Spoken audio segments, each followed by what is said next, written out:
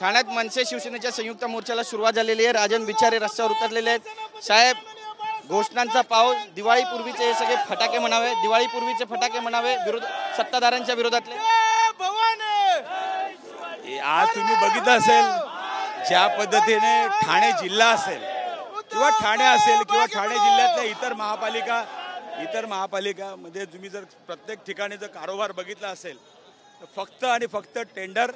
आणि आज तुम्ही बघितलं सुप्रीम कोर्टाने त्या ठिकाणी 3000 कोटीचा घोटाळा आज उघडकीस आणला आणि ते टेंडर कॅन्सल करायला लावले। म्हणजे याचा अर्थ त्या ठिकाणी आज संबंध या गोष्टीचा सुप्रीम कोर्टापर्यंत यांची प्रकरणं गेलेली आहेत। आणि असं असताना आज तुम्ही बघितलं असेल 337 कोटीचा व्यवहार काय झाला, कुठे पैसे खर्च झाले हे आजही त्या ठिकाणी त्याचा हिसाब लागत नाही।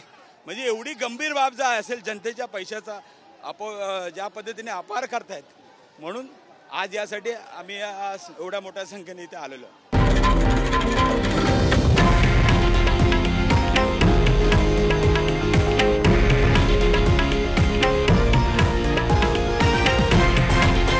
हे आहे देशातील नंबर 1 न्यूज नेटवर्क आणि आपण पाहत आहात TV9 मराठी, एकमेव।